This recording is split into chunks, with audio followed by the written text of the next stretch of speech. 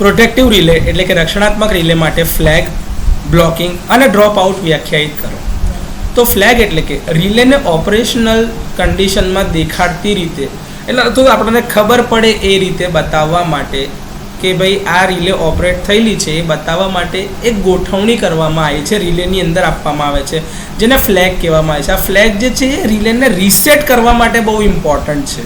આમાં એક સફેદ રંગની પાછળ એક લાલ કલરની ત્રાસી લાઇન કરેલી એક ચકતી એટલે કે એક ફ્લેટ પ્લેટ મૂકેલી હોય છે, જે ફોલ્ટના કિસ્સામાં રિલેને ઓપરેટેડ કન્ડિશનમાં છે એટલે કે ઓપરેટેડ સ્થિતિમાં છે એવું બતાવે છે.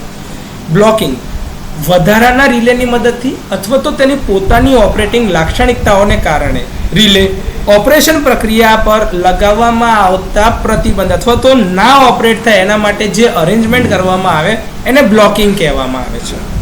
ડ્રોપ આઉટ અથવા તો રીસેટ જ્યારે રિલે ચાલુ અથવા તો ઓપરેટિંગ સ્થિતિમાં છે અને તેમાંથી બિન ઓપરેટિંગ અથવા તો ઓફ સ્થિતિમાં જાય છે ત્યારે તેને ડ્રોપ આઉટ અથવા તો રીસેટ કહેવામાં આવે છે. એટલે કે રિલે એકવાર ફોલ્ટ આવ્યા પછી ઓપરેટ થઈ ગઈ ત્યાંથી પછી પાછી નોર્મલ પોઝિશન પર પોતાની જગ્યાએ જાય એ ઓપરેશનને ડ્રોપ આઉટ અથવા તો રીસેટ ઓપરેશન કહેવાય છે. તો આ રીતે પ્રોટેક્ટિવ રિલે માટે ફ્લેગ, બ્લોકિંગ અને ડ્રોપ આઉટને વ્યાખ્યાયિત કરી શકાય છે.